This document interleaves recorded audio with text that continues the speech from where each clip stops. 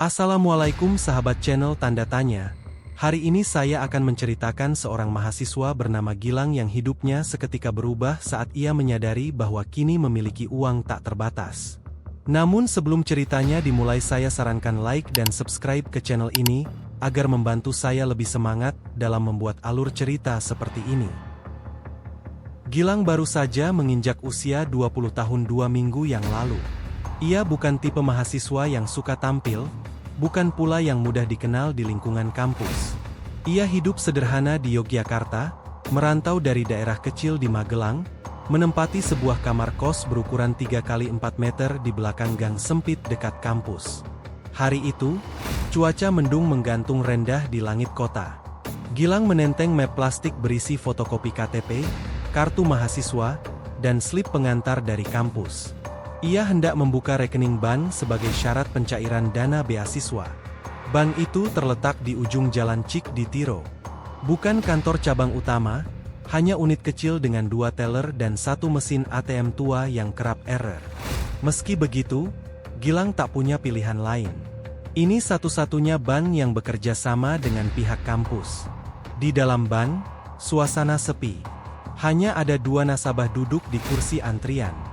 Salah satunya seorang ibu hamil yang tampak lelah, sementara satu lagi lelaki tua yang sibuk memeriksa lembaran setoran. Gilang mengambil nomor antrian dan duduk. Musik instrumental pelan mengalun dari speaker di pojok ruangan. Tak sampai 15 menit, namanya dipanggil. "Mas Gilang, silakan ke loket 1. Petugas banknya seorang perempuan muda berjilbab, wajahnya ramah dan bersuara lembut.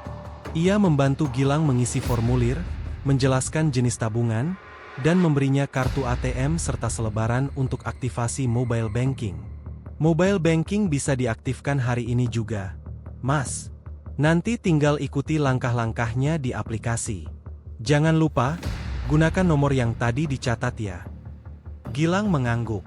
Ia mengucapkan terima kasih dan meninggalkan bank dengan senyum kecil.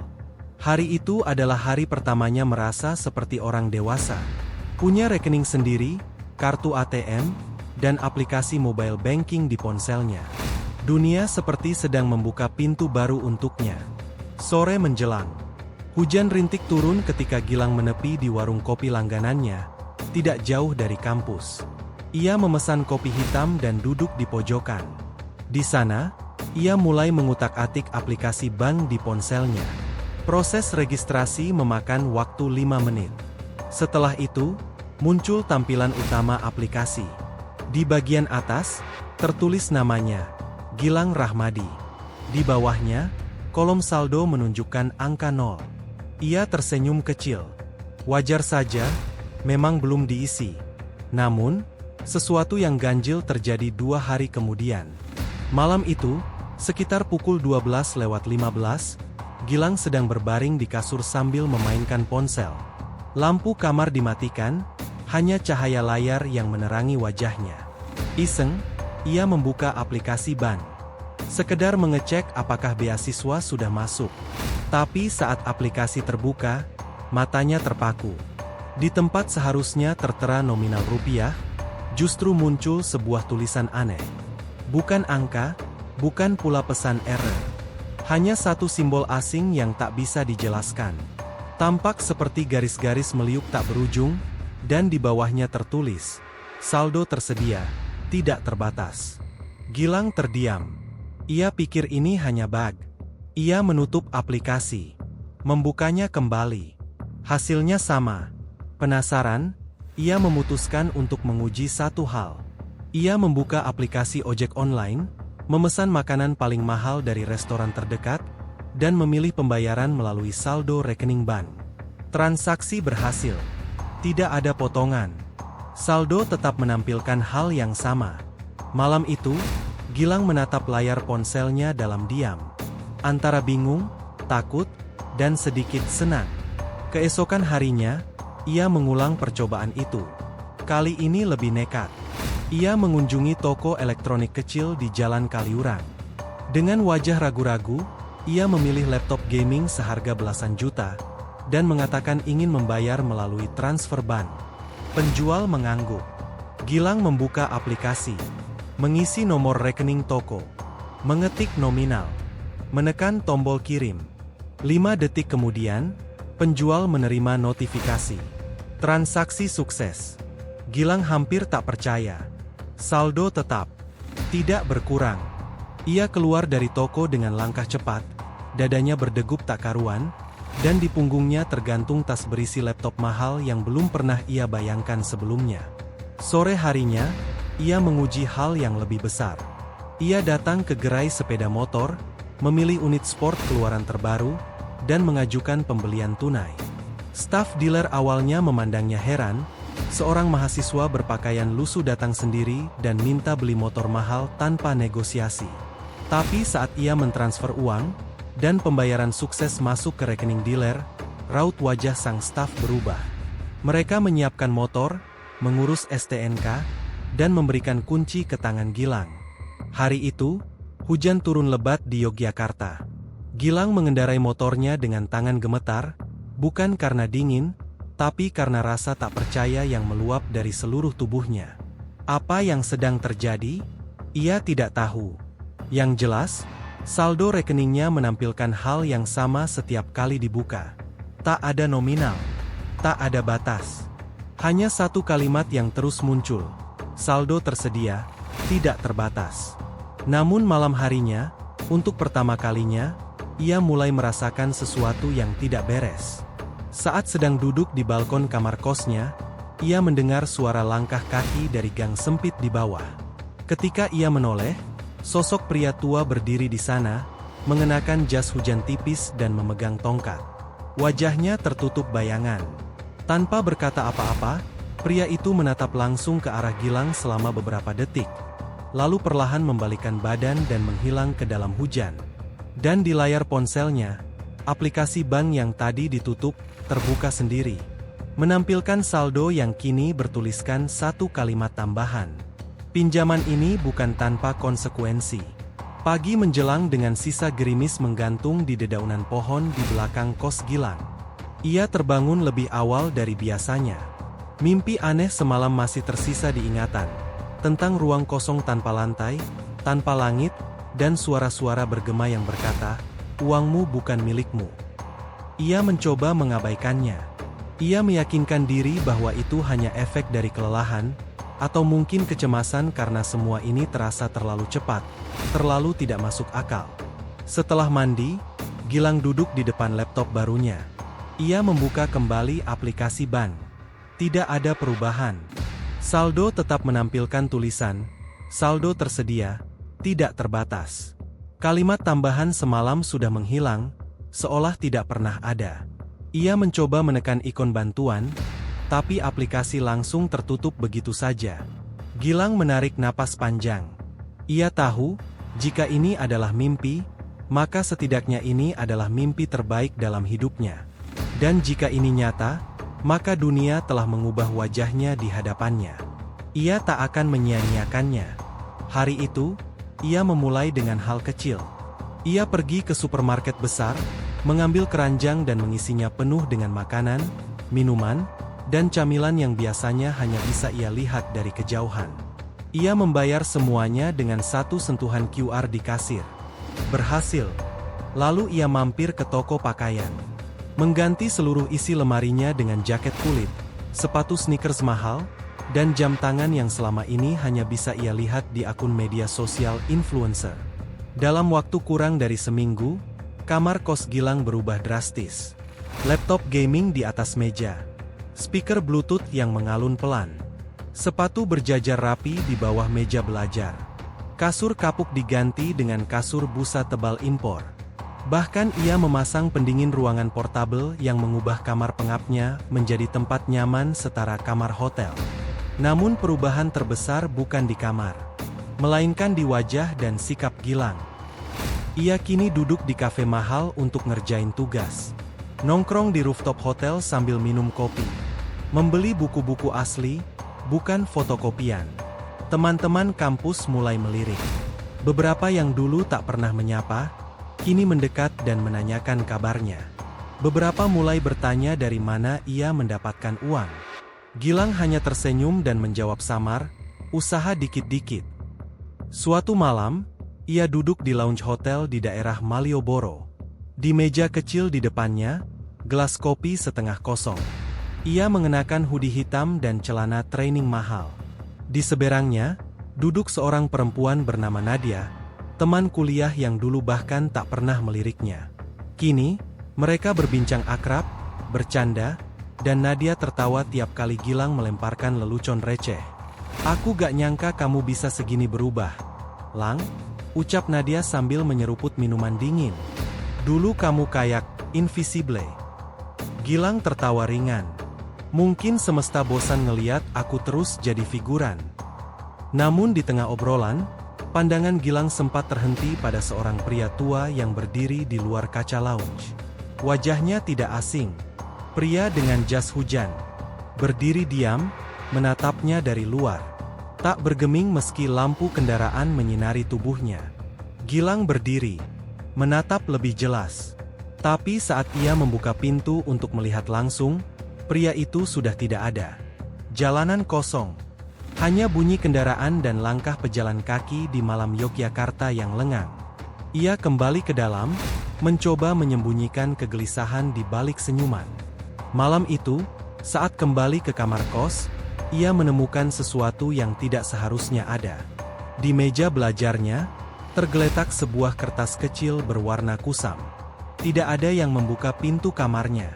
Tidak ada yang bisa masuk ke dalam kecuali dirinya sendiri. Tapi kertas itu ada di sana. Dengan jari gemetar, ia membalik kertas tersebut. Satu kalimat tertulis dengan tinta merah. Setiap transaksi adalah janji. Janji harus ditepati. Hati Gilang mulai diliputi rasa tidak nyaman. Ia ingin menghentikan semuanya. Tapi bagaimana caranya? Ia sudah terlalu jauh. Malam itu ia memutuskan untuk menarik semua uang yang bisa ditarik dari ATM. Ia mendatangi mesin ATM terdekat, memasukkan kartu, dan mengetik angka maksimal penarikan. 20 juta rupiah. Transaksi berhasil. Uang keluar dengan bunyi khas mesin tua. Ia coba lagi. 20 juta lagi. Lalu lagi. Lalu lagi. Hingga satu tas kecil miliknya penuh berisi uang tunai. Namun saat ia hendak memasukkan kartu untuk kelima kalinya, layar ATM berubah. Latar belakang gelap.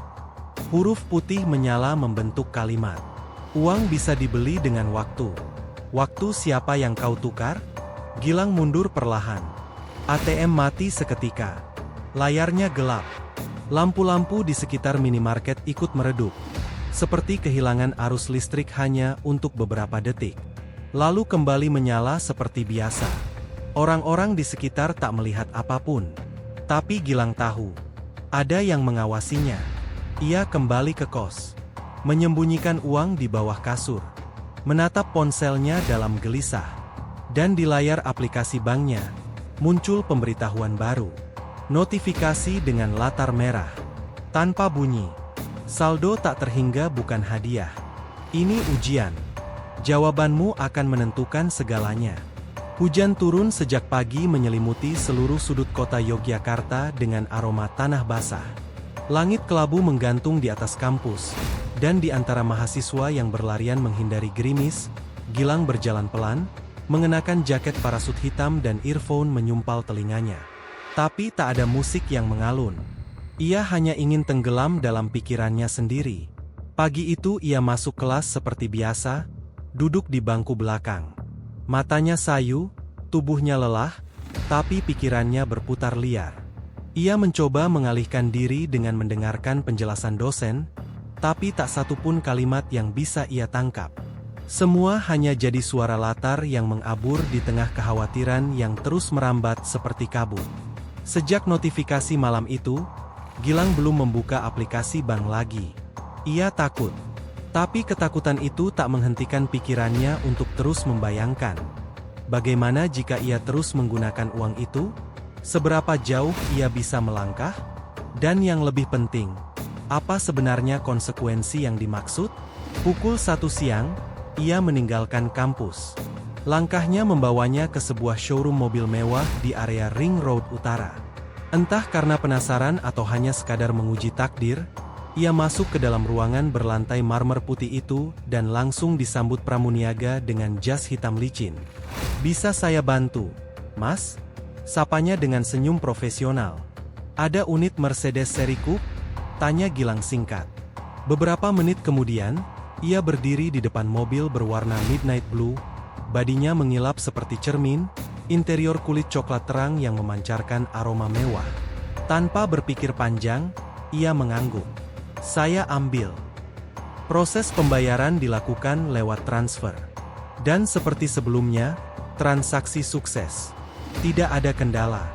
Bahkan pramuniaga showroom tak bisa menyembunyikan keterkejutannya saat menyadari bahwa pembelinya adalah mahasiswa yang datang sendiri, tanpa keluarga, tanpa garansi, dan tanpa tanya-tanya soal cicilan.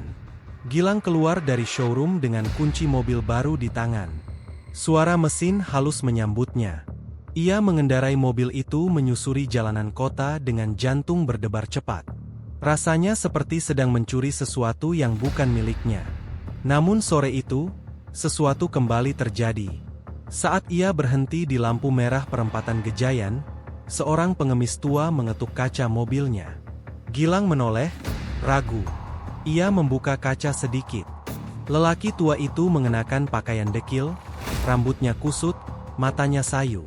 Tapi ketika bibirnya terbuka, suaranya berbeda. Dalam, tenang, dan nyaris seperti bergema. "Kau telah mengambil terlalu banyak, Gilang. Waktu mulai menagih haknya." Gilang terdiam.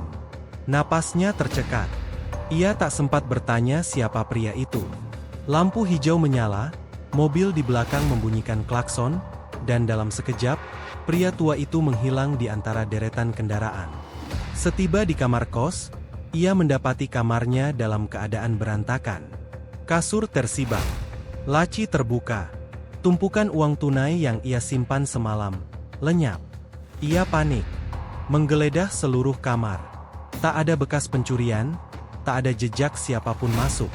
Pintu dan jendela terkunci seperti biasa. Tidak ada kamera pengawas, tidak ada tetangga yang tahu apapun. Satu-satunya benda baru di kamarnya hanyalah sebuah kartu. Berwarna hitam kelam, tanpa logo, tanpa nama. Di bagian belakang tertulis dengan tinta perak mengilap. Transaksi telah dicatat. Tidak dapat dibatalkan. Gilang merasa tubuhnya bergetar. Ia terduduk di pojokan kamar, napasnya memburu. Dunia terasa mencekik, padahal tak ada satupun tangan yang menyentuhnya. Tapi kejadian itu tak menghentikannya. Malam harinya, ia menghadiri pesta kecil di rooftop sebuah hotel bintang 5. Teman-teman kuliah mulai mengenalnya. Banyak yang datang, memberi selamat, mengira ia mendapat rejeki nomplok dari keluarga atau menang investasi kripto. Ia hanya tersenyum dan meneguk minumannya. Di pesta itu, Nadia menghampirinya lagi. "Kamu udah kayak orang lain sekarang, Lang," ucap Nadia, menatapnya dengan mata yang lebih dalam dari sebelumnya. "Tapi aku masih belum percaya kamu cuma usaha dikit-dikit. Cerita dong, sebenarnya kamu dapat dari mana semua ini?" Gilang terdiam. Untuk sesaat, ia ingin bercerita, ingin mengaku. Tapi suaranya tertahan. Karena di balik bahu Nadia, di antara kerumunan, ia melihat sesosok pria berdiri. Pria tua dengan jas hujan, tidak basah, tidak tersenyum, hanya berdiri diam dan menatap langsung ke arahnya. Gilang berdiri, mengejar. Tapi begitu kerumunan terbuka, pria itu tak ada. Yang tersisa hanyalah jejak air di lantai marmer rooftop, seperti bekas sepatu yang baru saja melangkah dari hujan. Ia kembali ke kamar dengan kepala penuh pertanyaan. Tengah malam, saat ia membuka aplikasi bank untuk terakhir kalinya hari itu, ada satu perubahan kecil namun mencolok di layar. Saldo masih tak terbatas. Tapi kini, muncul kolom baru di bawahnya. Sisa waktu, 38 hari. Keesokan harinya, Gilang bangun dengan rasa bingung yang mencekam. Jam di samping tempat tidur menunjukkan pukul 7 pagi, tetapi matanya terasa seperti baru saja terpejam beberapa detik yang lalu. Ia merasakan ketegangan di sekujur tubuhnya, seolah tubuhnya belum sepenuhnya terjaga dari mimpi buruk yang tak berujung. Saat membuka ponselnya, Matanya langsung tertuju pada aplikasi bank yang sudah ia buka sejak tadi malam. Kali ini, kolom yang menunjukkan sisa waktu 38 hari masih terpampang jelas di layar. Seketika itu, jantungnya berdegup kencang. Apa maksudnya? Waktu untuk apa? Gilang mengusap wajahnya dan mencoba berpikir jernih. Ia tidak bisa lagi mengabaikan hal ini. Segala yang terjadi dalam seminggu terakhir, semua yang ia beli, semuanya terasa terlalu mudah, terlalu cepat. Seperti ada yang mengatur jalan hidupnya, menarik benang tak terlihat yang membuat semuanya terjadi dengan begitu sempurna, tanpa hambatan. Ia mencoba membuka aplikasi itu sekali lagi, berharap melihat sesuatu yang bisa memberi penjelasan lebih. Namun kali ini ada pesan baru yang muncul di layar. Saldo tidak terbatas bukanlah kebetulan. Ingat, setiap pilihan akan mengubah takdir. Gilang tertegun. Pesan ini bukan sekadar peringatan. Ini peringatan yang lebih mengerikan daripada apa yang ia bayangkan. Ia memutuskan untuk keluar sejenak, menghirup udara segar di luar. Tanpa sadar, langkahnya membawanya ke kafe langganan di dekat kampus. Di sana, Nadia sudah menunggunya. Wajahnya kali ini tampak berbeda, seperti menyimpan sesuatu yang belum diungkapkan. Gilang, Nadia memulai percakapan. Aku tahu kamu pasti merasa aneh, kan? Semua yang terjadi terlalu cepat. Kamu merasa ini seperti mimpi, atau malah seperti jebakan, ya? Gilang terdiam. Nadia bisa merasakannya. Aku nggak tahu apa yang sedang terjadi, Nat. Sejak beberapa hari lalu, aku merasa ada yang nggak beres. Sesuatu yang mengendalikan semuanya. Waktu, uang, keputusan yang aku ambil. Semua terasa dipaksakan. Nadia menatapnya dengan mata penuh rasa ingin tahu. Aku nggak tahu siapa yang memberi kamu kesempatan ini, Gil. Tapi kamu harus berhati-hati. Aku nggak bisa bilang semuanya, tapi aku dengar beberapa cerita tentang hal seperti ini. Tentang orang-orang yang mendapatkan terlalu banyak, terlalu cepat. Mereka bilang, ada harga yang harus dibayar. Kalau kamu nggak hati-hati, kamu bisa kehilangan lebih dari apa yang sudah kamu dapatkan. Gilang hanya bisa mengangguk lemah. Tidak ada kata-kata yang bisa ia ucapkan untuk menjelaskan kebingungannya. Sesuatu yang terasa begitu kuat, begitu nyata, membuat ia merasa seolah berada di ujung jurang, di antara pilihan yang tak bisa dihindari. Siang itu, Gilang merasa semakin terjepit. Ia kembali ke kos dan memeriksa ponselnya. Untuk pertama kalinya, ia merasa takut membuka aplikasi bank. Namun, entah mengapa ia tetap melakukannya. Layar ponselnya menampilkan saldo yang sama. Saldo tak terhingga. Tapi kali ini, ada kolom baru yang muncul, bukan hanya sisa waktu. Pilihanmu akan datang. Apakah kamu siap? Pesan itu terasa seperti ancaman, dan itu semakin membuat Gilang merasa tertekan. Ia menggenggam ponselnya erat-erat. Pikiran liar mulai berputar. Apa yang akan terjadi dalam 38 hari ini?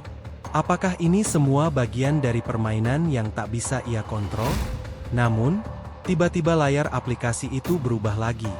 Pilih satu, jaga uangmu atau ubah hidupmu. Gilang terdiam. Ia mengerutkan kening, mencerna pilihan yang tertulis di layar ponselnya. Apa maksudnya? Apa yang akan terjadi jika ia memilih salah satu di antara dua pilihan itu? Sekejap, ia merasa seperti berada di persimpangan jalan, di mana setiap langkah yang ia ambil akan membawa dampak besar pada masa depannya. Tangan Gilang gemetar saat ia menyentuh pilihan pertama, jaga uangmu. Begitu ia menekan pilihan tersebut, layar ponselnya bergetar sejenak sebelum kembali normal. Tidak ada perubahan langsung. Namun, perasaan aneh menyelimuti tubuhnya. Seperti ada yang berubah, tapi ia tidak bisa memahaminya. Ponselnya kembali menampilkan pesan. Pilihan telah dibuat. Selamat. Kamu telah memilih untuk menghindari risiko.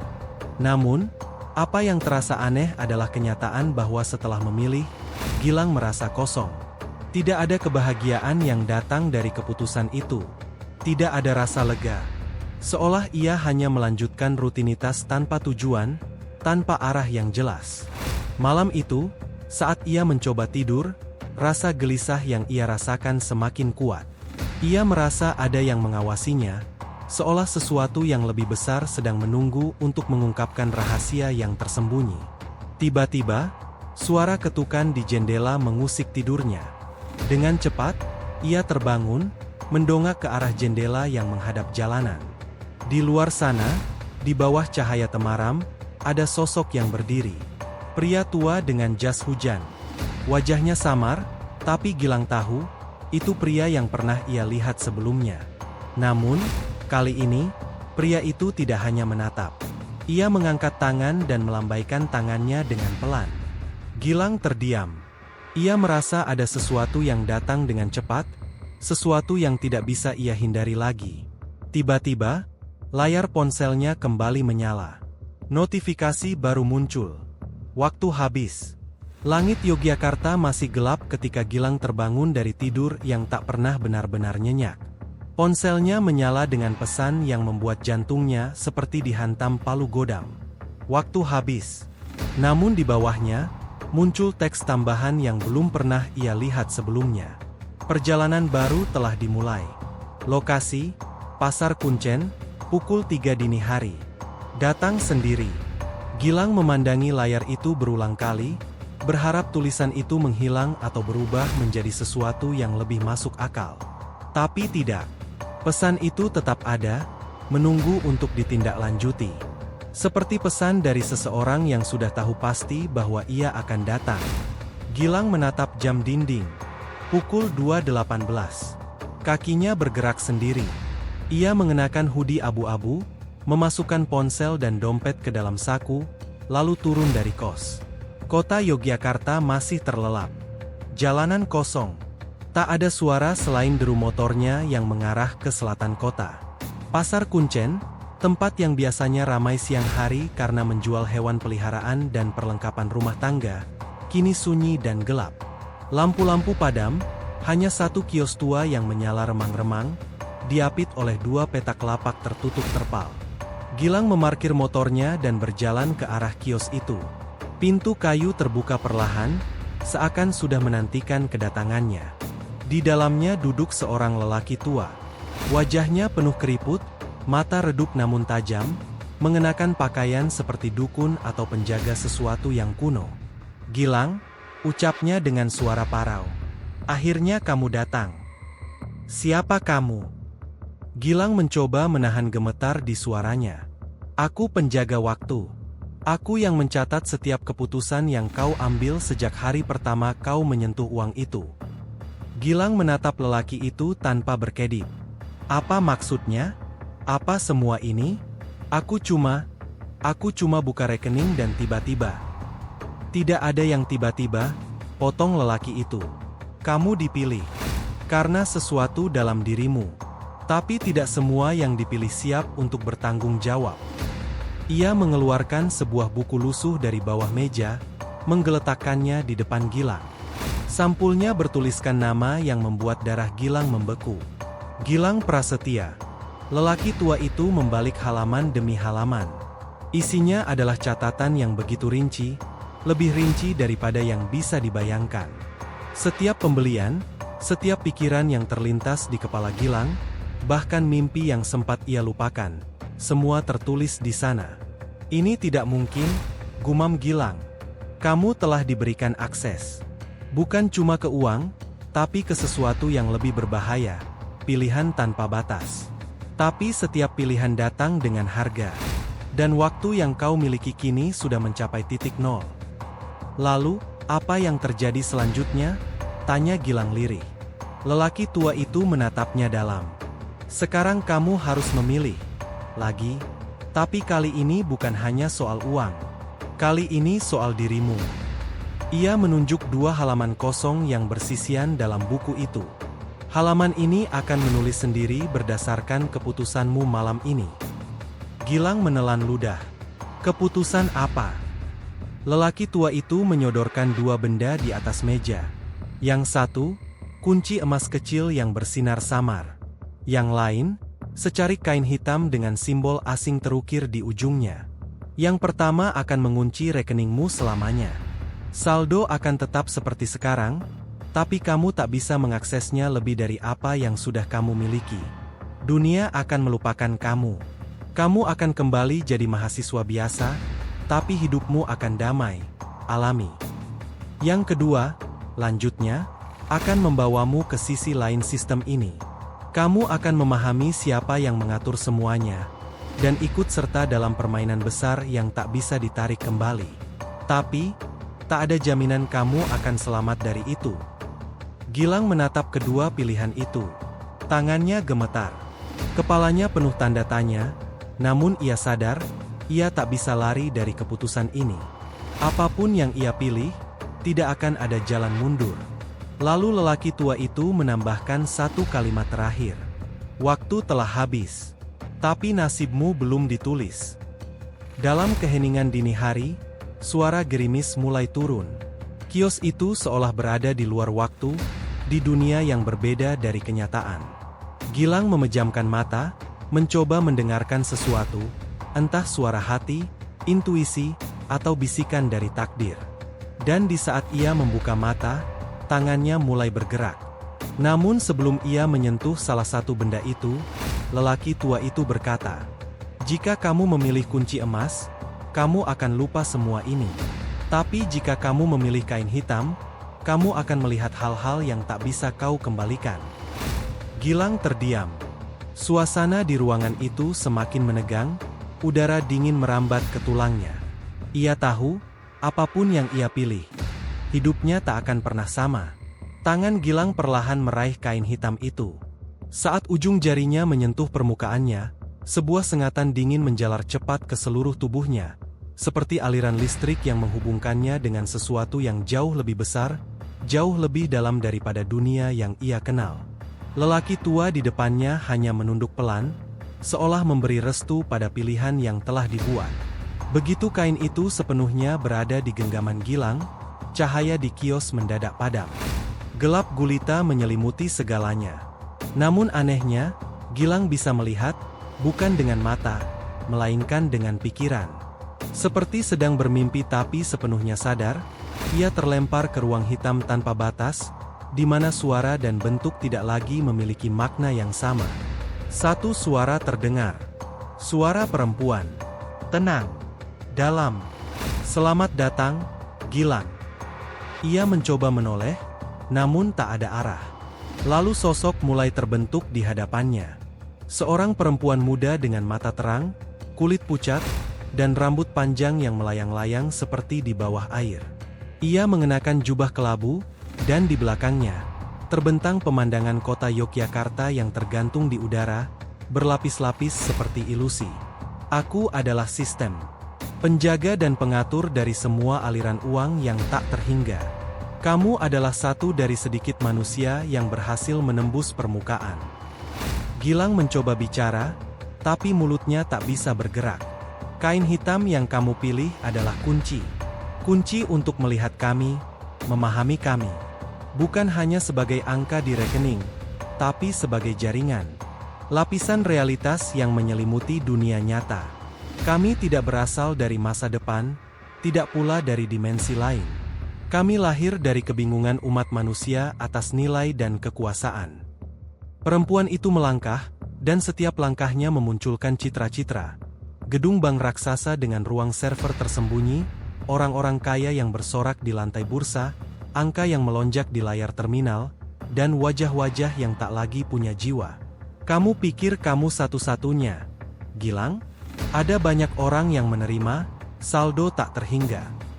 Tapi mereka semua gagal. Ada yang menjadi gila, ada yang menghilang, ada yang mencoba melawan, dan ada yang tunduk.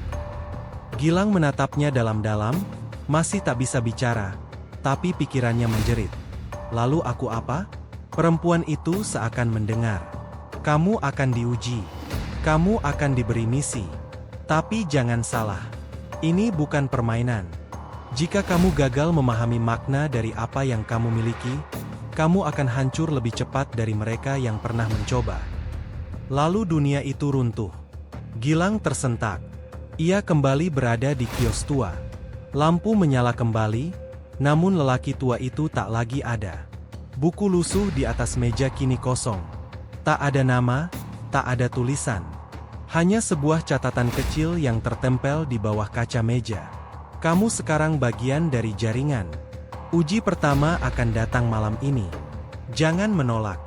Jangan lari. Gilang terduduk. Pikirannya seperti badai yang tak bisa dikendalikan. Apakah ini mimpi? Apakah ia masih sadar? Ataukah ia telah terjebak dalam sesuatu yang lebih dari sekadar sistem keuangan? Ia berjalan keluar dari kios. Langit mulai terang. Jalanan mulai hidup kembali. Namun, bagi Gilang, dunia sudah berubah. Ia tidak lagi sekadar mahasiswa yang beruntung mendapat saldo aneh. Ia sekarang adalah bagian dari sesuatu yang tak bisa dijelaskan dengan logika. Saat ia kembali ke kos, ponselnya bergetar. Notifikasi baru muncul. Transaksi prioritas aktif. Dana tidak terbatas. Tugas pertama dikirimkan pukul 20 malam ini. Lokasi, Jalan Kaliurang KM 12. Tidak ada nama pengirim. Tidak ada kontak balasan. Namun satu hal pasti. Gilang telah masuk ke dalam dunia yang tak bisa ia tinggalkan. Langit malam di Yogyakarta menggantung muram. Awan tebal menutup bulan, membuat suasana terasa lebih berat dari biasanya. Gilang duduk diam di dalam kamar kosnya, ponsel di tangan, mata terpaku pada notifikasi terakhir yang belum ia buka kembali sejak pagi. Tugas pertama dikirimkan pukul 20. Lokasi, Jalan Kaliurang KM 12. Pukul 19.45. Gilang berdiri, mengenakan jaket hitam, memasukkan ponsel, dompet, dan sebuah pena kecil ke saku depan. Entah mengapa, ia merasa harus membawa sesuatu, meskipun tak tahu untuk apa. Tangannya sempat bergetar saat memegang kunci motor, tapi pikirannya sudah terkunci pada satu hal: menyelesaikan tugas ini, apapun itu. Jalan Kaliurang malam itu sepi. Lampu jalan berkelip sesekali, seperti mencoba memperingatkan.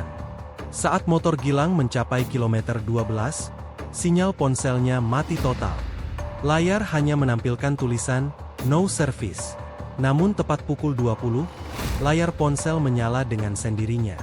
Sebuah aplikasi terbuka otomatis. Simbolnya lingkaran merah tua dengan titik hitam di tengah. Tugas 1, transfer. Target, Rahmat S. Lokasi, warung kopi 24 jam, sisi timur Jalan Kaliurang KM 12.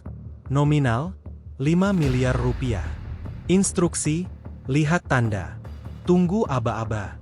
Jangan lakukan lebih atau kurang. Catatan, dia tidak tahu. Jangan bicara.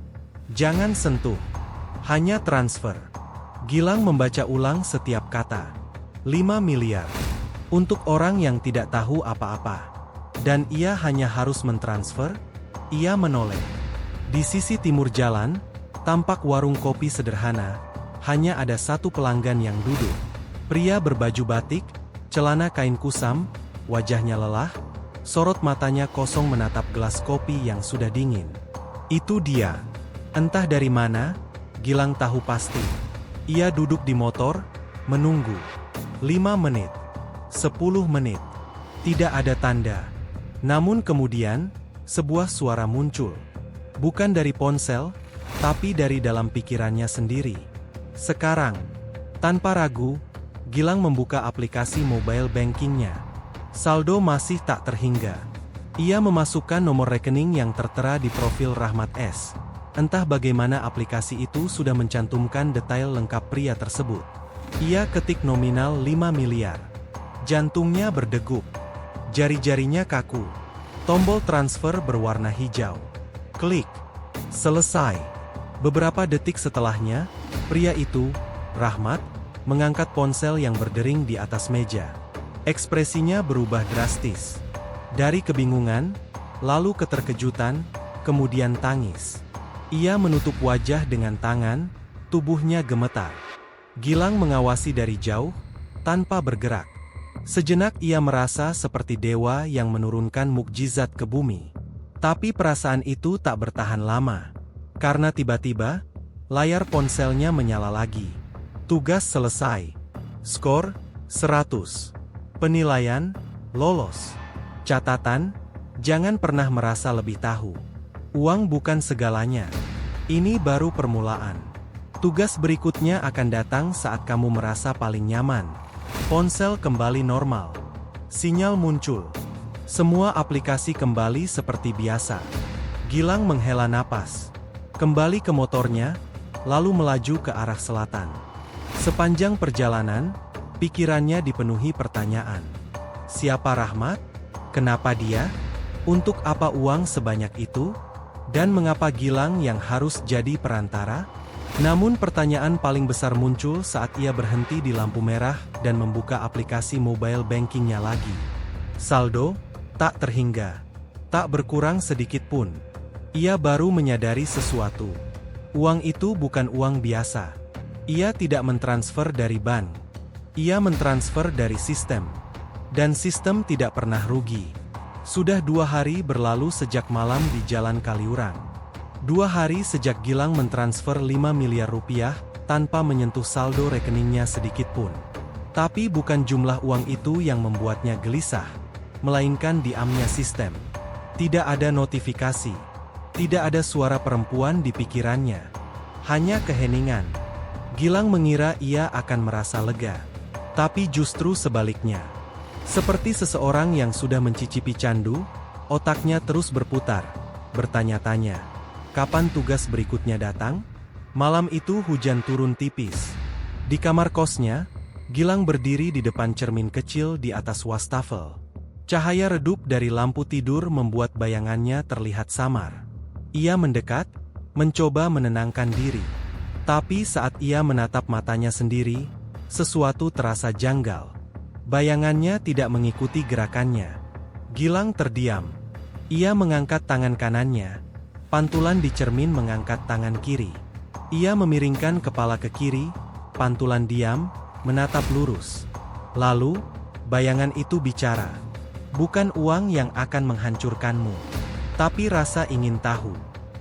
Gilang mundur 1 langkah. Jantungnya berdebar hebat. Cermin tetap menunjukkan sosoknya yang kini mulai tersenyum. Senyum lebar, tidak wajar. Rahmat S hanya permulaan. Kamu pikir dia menerima uang? Dia menerima beban. Dan kamu telah memutuskan untuk menjadi kurir takdir. Pantulan itu melangkah maju, meski tubuh Gilang diam di tempat. Setiap tugas bukan tentang uang, tapi tentang perubahan. Sistem sedang menyeimbangkan dunia, dan kamu adalah alatnya. Gilang meraih gagang pintu kamar mandi, membuka paksa, dan keluar. Nafasnya berat, tangan gemetar. Tapi saat menoleh kembali ke cermin dari balik pintu, bayangannya sudah kembali normal. Diam, menatap. Seperti biasa, ia buru-buru duduk di ranjang. Hujan makin deras di luar. Suara petir menggema samar dari kejauhan. Gilang membuka ponselnya, mencoba mengalihkan pikiran. Tapi belum sempat ia membuka aplikasi, 1 notifikasi baru muncul. Tugas kedua, aktif. Waktu, sekarang. Metode, penghentian. Target, R. Andika. Lokasi, Jalan Timoho, dekat lampu merah perempatan SD. Instruksi, biarkan uang bicara. Jangan campuri dengan emosi.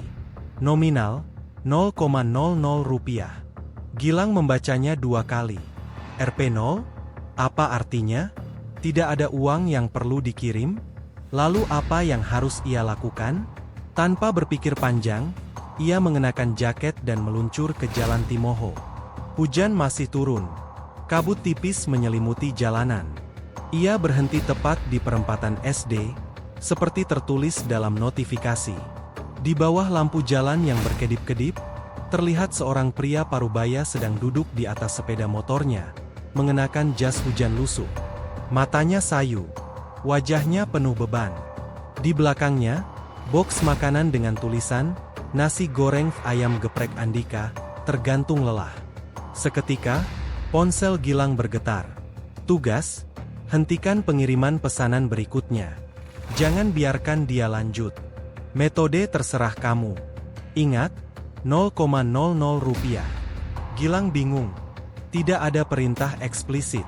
Tidak ada transaksi. Hanya sebuah perintah, hentikan. Ia berjalan mendekat. Pria itu menoleh, sedikit kaget, lalu tersenyum ramah. Malam, Dik. Ada yang bisa saya bantu? Gilang hanya diam. Dalam pikirannya, suara perempuan itu kembali terdengar. Jika dia lanjut malam ini, hidupnya berakhir. Pilihannya adalah kamu. Tangan Gilang terangkat, menahan pria itu sebelum sempat menyalakan motor. Pak, jangan jalan dulu. Pria itu mengernyit. Kenapa ya? Gilang menarik napas. Ia menunjuk ke arah ban belakang motor. Bannya kempes, Pak. Pria itu kaget, turun dari motor, dan memeriksa ban.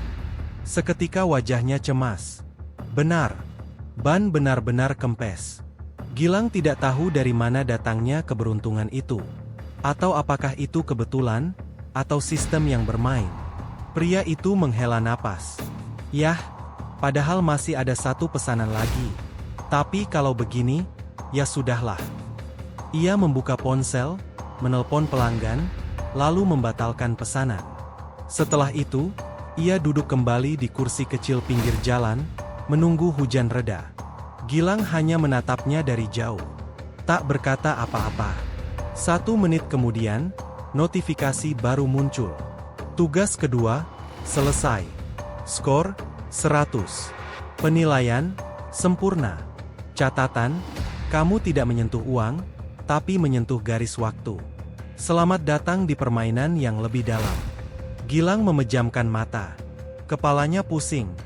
Dunia sudah tak lagi logis.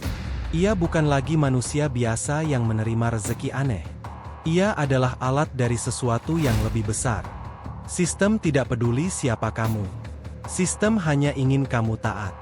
Hari ketiga sejak tugas pertama. Gilang mencoba hidup seperti biasa. Bangun pagi, ke kampus, bercengkrama dengan teman-teman, dan bersikap seolah-olah semuanya baik-baik saja. Tapi pikirannya tak pernah bisa lepas dari suara-suara itu, dari tugas yang datang mendadak, dan dari saldo rekeningnya yang tetap tak terhingga. Setiap kali ia membuka aplikasi ban, angka itu tidak pernah berubah. Hanya satu simbol, seperti pernyataan bahwa uang bukan lagi sumber kekuatan, tapi alat kendali. Ia mencoba melakukan pembelian barang-barang mahal, bahkan membayar kuliah 1 semester penuh untuk 4 orang temannya tanpa sepengetahuan mereka. Tapi sistem tetap tenang. Tidak ada balasan. Tidak ada reaksi. Namun malam ini berbeda. Ia baru pulang dari kampus dan melewati Jalan Malioboro. Suasana meriah seperti biasa. Pedagang kaki lima berjejer, suara musik jalanan menggema di antara lampu warna-warni, dan para wisatawan berlalu lalang menikmati malam kota yang penuh pesona. Gilang hanya ingin membeli minuman hangat. Ia menghentikan langkahnya di sebuah warung angkringan kecil, duduk, dan memesan segelas wedang jahe. Saat ia hendak mengeluarkan dompet, tiba-tiba ponselnya menyala. Tugas ketiga, aktif. Waktu, pukul 20.13. Metode, temukan dan ikuti. Target, anak kecil mengenakan baju merah, sendal jepit, usia sekitar 8 tahun. Lokasi awal, 15 meter dari pos polisi Malioboro. Petunjuk, jangan dekati. Awasi. Lihat siapa yang mendekat terlebih dahulu. Jangan ikut campur, kecuali ada isyarat. Wedang jahe di hadapannya langsung mendingin. Gilang berdiri, membayar cepat, dan bergerak ke arah pos polisi yang dimaksud. Di sekitarnya penuh orang.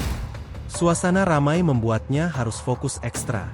Ia menyisir kerumunan dengan mata tajam. Tak butuh waktu lama hingga ia melihat sosok itu. Anak kecil, laki-laki, mengenakan kaos merah yang sudah lusuh. Wajahnya kotor, rambut acak-acakan, dan sendal jepitnya berbeda warna kanan dan kiri.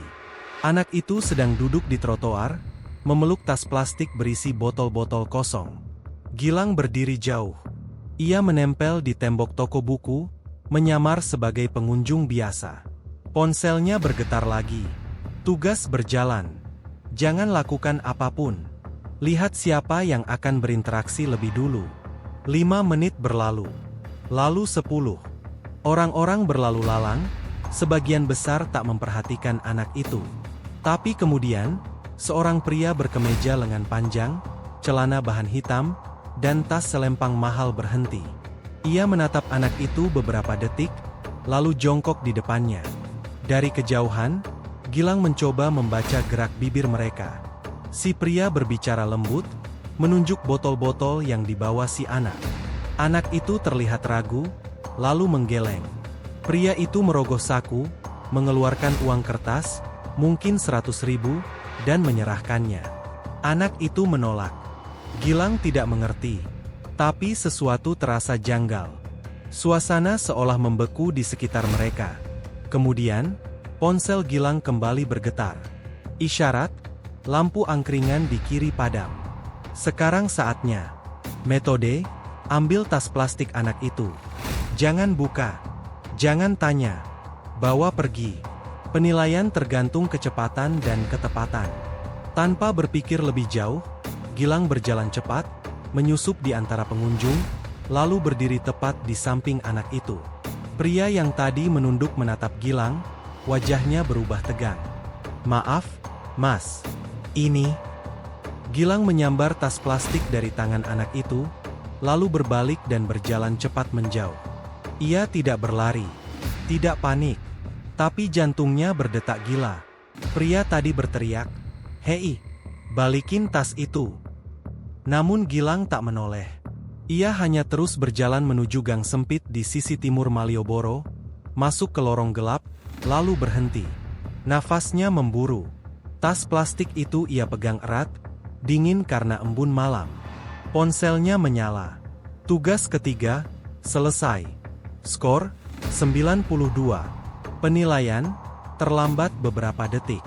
Isi tas akan ditangani oleh sistem. Kamu baru saja menyelamatkan satu kota dari gelombang pertama distribusi. Jangan tanya isi tas. Jangan cari tahu siapa anak itu. Jika kamu membuka, konsekuensinya adalah kehilangan. Gilang menjatuhkan tubuh ke tembok, terduduk. Tangannya masih menggenggam tas plastik itu, tapi ia tidak berani membuka. Ia tidak tahu bagaimana, tapi ia percaya bahwa isinya bukan sekadar botol bekas. Sistem baru saja membuatnya mencuri dari seorang anak kecil. Tapi juga, entah bagaimana, menyelamatkan kota. Gilang sadar satu hal. Sistem tidak beroperasi dalam moral manusia. Ia hanya tahu satu hal, keseimbangan. Hari keempat. Kota Yogyakarta tampak seperti biasa. Ramai, santai, dan penuh warna. Tapi di dalam kepala Gilang, semua tampak gelap dan berisik.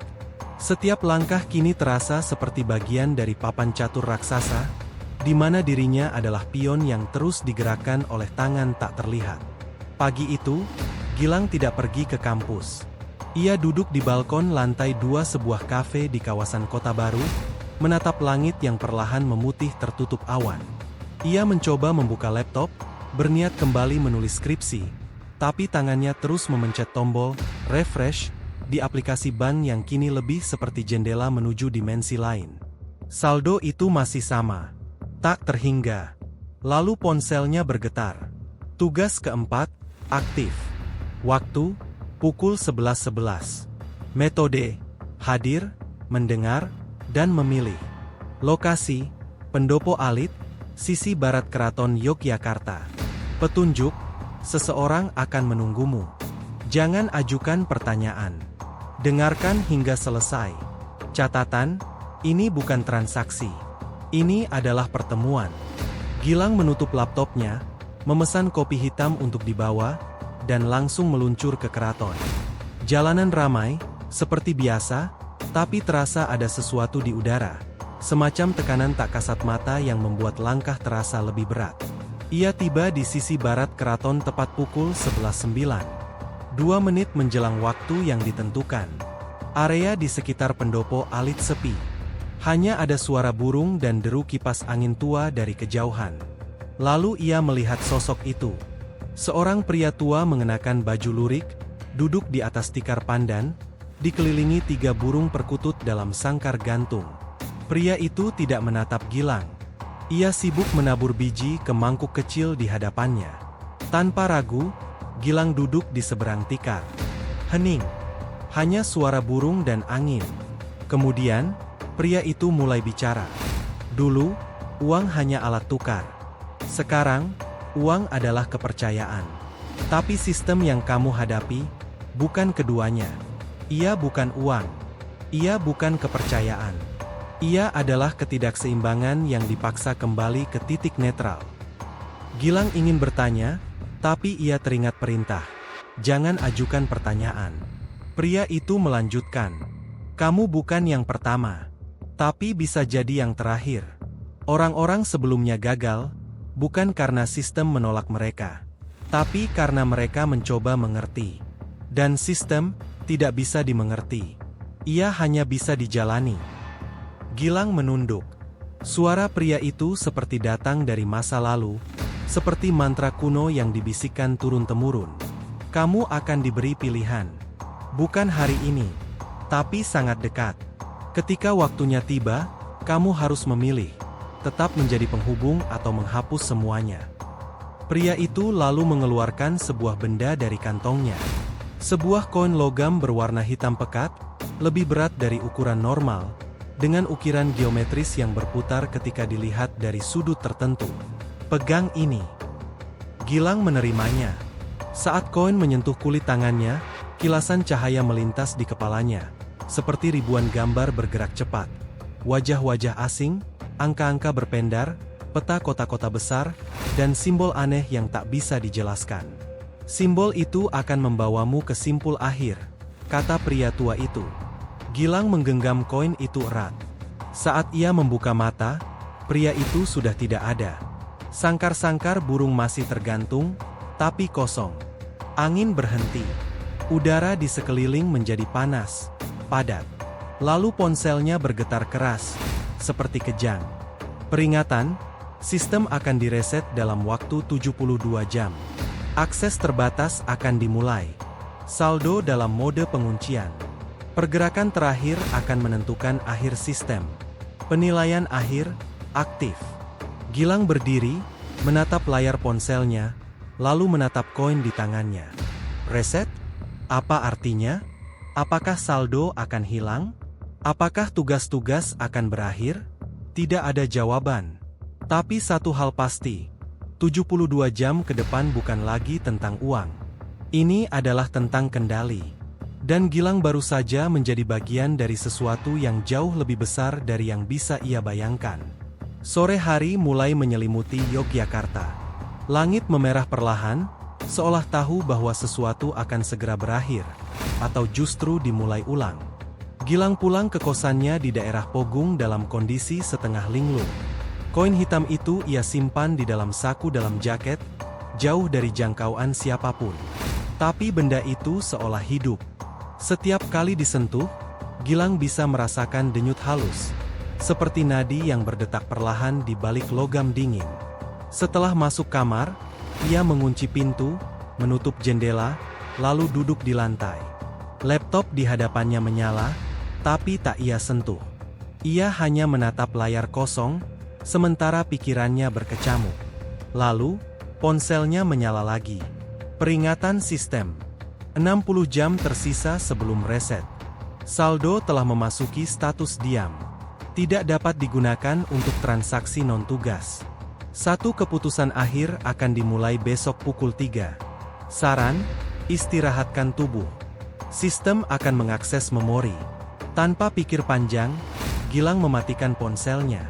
Tapi layar tetap menyala. Ia mencabut baterai. Layar tetap menyala. Gilang menatapnya, napas tertahan. Kemudian layar mulai menunjukkan kilasan, seperti rekaman ulang dari seluruh hidupnya. Saat ia kecil, pertama kali naik sepeda, wajah ayahnya yang marah karena nilai jelek, ibunya yang menangis saat mereka tak punya cukup uang bayar sewa, dirinya sendiri menangis di kamar mandi kampus karena tekanan skripsi. Lalu bergeser. Sebuah cuplikan masa depan. Gilang berdiri di atas panggung, mengenakan jas hitam, di hadapan ribuan orang. Ia memegang mikrofon, bicara lantang, tapi tanpa suara. Bibirnya bergerak cepat, namun tak terdengar. Ia memandang ke langit, tersenyum, dan menghilang. Layar mati. Gilang terduduk.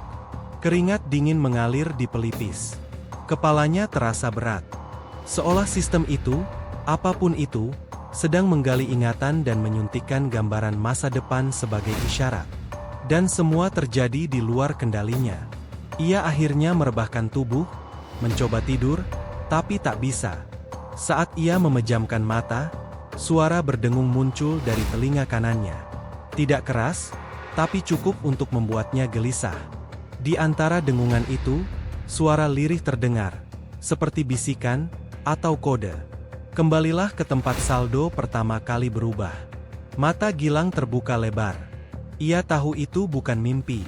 Ia mendengar suara itu dengan jelas. Tempat saldo berubah. Itu berarti, bank. Bank tempat ia pertama kali membuka rekening. Bank kecil di Jalan Kaliurang, tempat ia mengambil antrean dan menerima buku tabungan serta kartu ATM.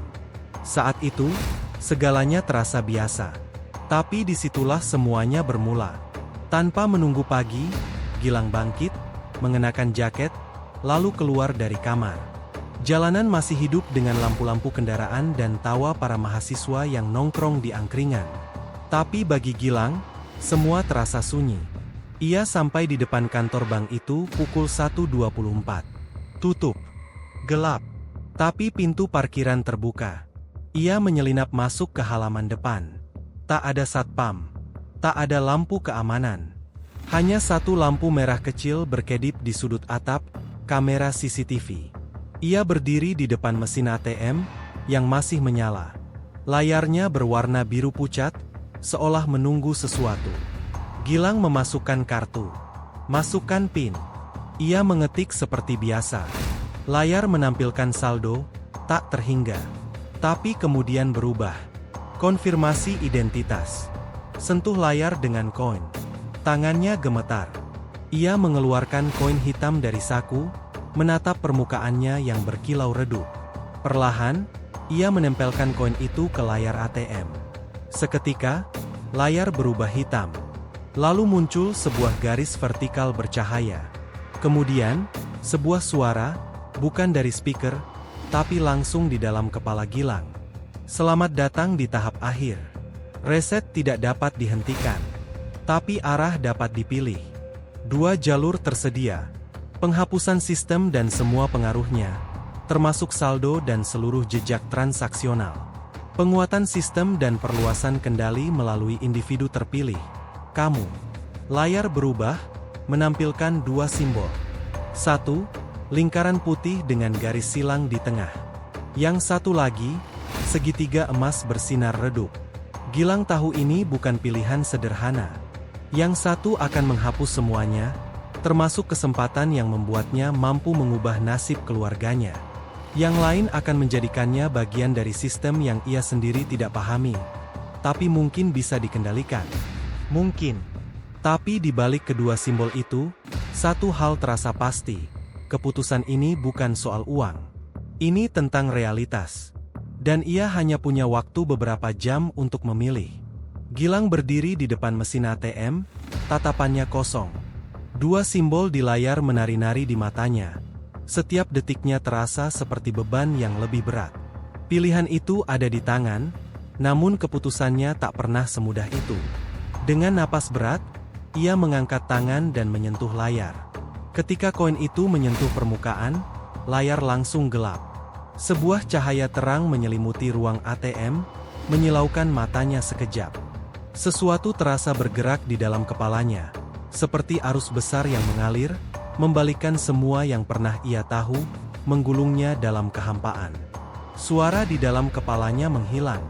Detik-detik berikutnya terasa seperti keheningan abadi. Layar mesin kembali menyala, menampilkan saldo yang kosong, tanpa angka, tanpa simbol, hanya kosong. Tanpa sadar, Gilang menarik napas dalam-dalam, lalu menyentuh layar untuk mengakhiri transaksi. Layar memunculkan pesan akhir. Reset berhasil dilakukan. Notifikasi itu membuatnya bingung, tapi ia tidak merasa cemas. Ia hanya merasa aneh, seperti ada yang hilang. Dengan bingung, Gilang menekan tombol untuk menarik uang. Beberapa lembar uang keluar dari mesin ATM, seolah ia memang datang untuk menarik uang, bukan untuk hal lain. Ia mengambil uang itu, lalu melangkah keluar dari ban, meninggalkan tempat yang seakan-akan tak pernah terjadi apa-apa. Di sepanjang perjalanan pulang, Gilang merasa aneh. Seperti ada sesuatu yang sangat penting yang telah hilang, sesuatu yang ia tidak bisa ingat, atau mungkin tidak pernah tahu. Perasaan itu terus mengikutinya, meski ia berusaha melupakan. Hari berlalu, dan Gilang kembali menjalani hidupnya. Kuliah, nongkrong dengan teman-teman, dan bahkan masih memikirkan hal-hal biasa. Namun, di dalam hatinya, ada kekosongan yang tak bisa ia jelaskan. Sesuatu yang tak terisi. Ia merasa ada sesuatu yang hilang, meski ia tidak tahu apa itu. Dan dengan itu, hidupnya kembali seperti semula. Tanpa saldo tak terhingga. Tanpa tugas yang menunggu. Namun perasaan kosong itu, tetap tinggal. Terima kasih sudah menonton alur cerita kali ini. Jangan lupa untuk menekan tombol subscribe dan nyalakan lonceng notifikasinya agar tidak ketinggalan update cerita seru lainnya. Jika ada saran atau request alur cerita yang ingin dibahas, silahkan tuliskan di kolom komentar. Terima kasih banyak.